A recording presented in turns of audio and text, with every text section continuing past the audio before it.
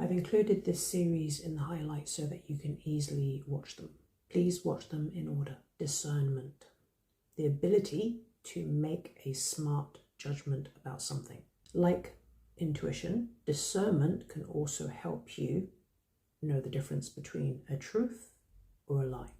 Intuition is a quick inner knowing, a gut feeling without logic, whereas discernment is about insight, perception, and inner standing. It uses thought, wisdom, and experience to evaluate the information, thus enabling you to distinguish the truth. Without strong discernment, you can fall for every marketing scheme, every scam, every con man or con woman that comes your way. Having strong discernment will prevent you from believing the crooked politicians, the charming grapists, the overly sincere and sickly sweet pedophiles, the cheating partner, the corrupt boss, or that certain foods are good for you, like alcohol. In the 1930s, they claimed that smoking cigarettes was good for you. It was good for your health, it was beneficial, and this was backed by doctors. And cigarette smoking was not declared as being harmful until 1964. They label something as good for you, normalize it into society till people are dependent on it, then declare the dangers. Sell you the problem, sell you the solution.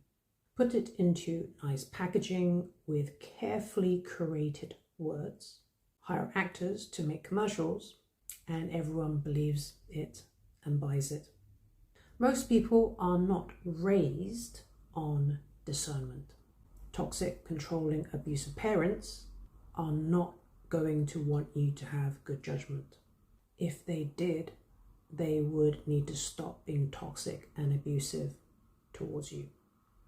So it may be difficult for you to have strong discernment. It may also be difficult if you were raised in a household where you couldn't question anything or speak up or speak out. Maybe your opinions didn't matter. Maybe your emotions weren't important. Maybe no one listened to you when you shared the truth about something.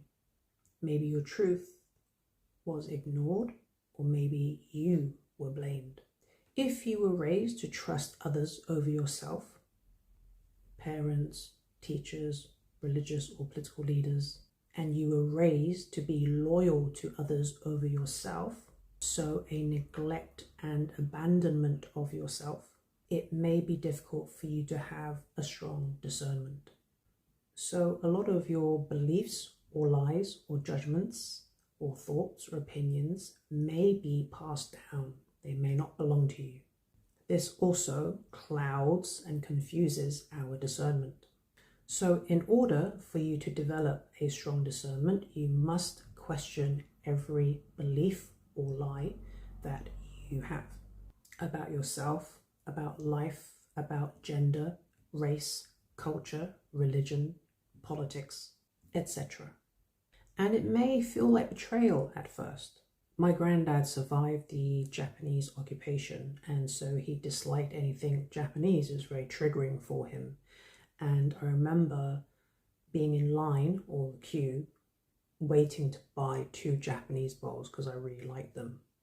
And he pointed at them and said, "Why are you buying those Japanese bowls?"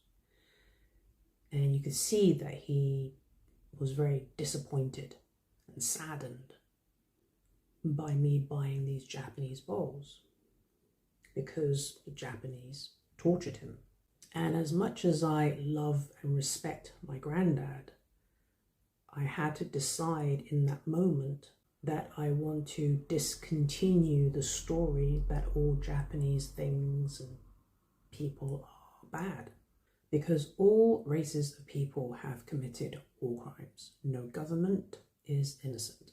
And I don't want to pass down my granddad's trauma. It has to stop with me, because I don't want to be judged for what my ancestors have done to others. All countries are guilty for wrongdoings. And I myself have been attacked by people from multiple races. So I'm not going to hate Asian people, white people, black people, right?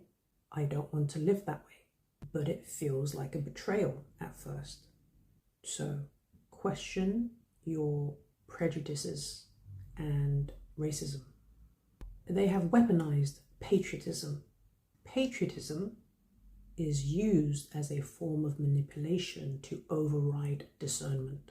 They depend on people to be blindly patriotic so that no critical thinking or questioning can dilute your loyalty to your country. They want you to die for them, but they don't want to feed you or house you. And they're constantly feeding you propaganda that makes you believe these other people are the enemy, so that you focus on hating and fighting each other rather than changing or overthrowing the government or changing laws. Bad leadership creates followers. Good leadership creates leaders. So write down all of the beliefs or lies that are instilled in you and trace each one back to its origin. Whose thought or belief does this belong to? You'll find that most of the thoughts and beliefs and opinions that you have don't belong to you. It's not an original thought. Question, why do I believe this statement? Why do I have this opinion? Does it benefit me and my life? Does it help me in some way? How does it help me to have this belief or opinion? When you catch yourself saying or repeating someone else's negative limiting belief about something, a place or an animal or a person or a race or a culture, interrupt it, override it, and reframe it.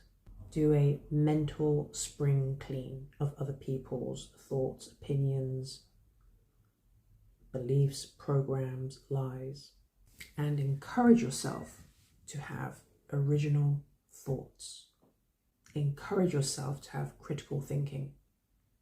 Don't just agree with people because they look like you or dress like you, or people who you think are more important than you. Put no one on a pedestal.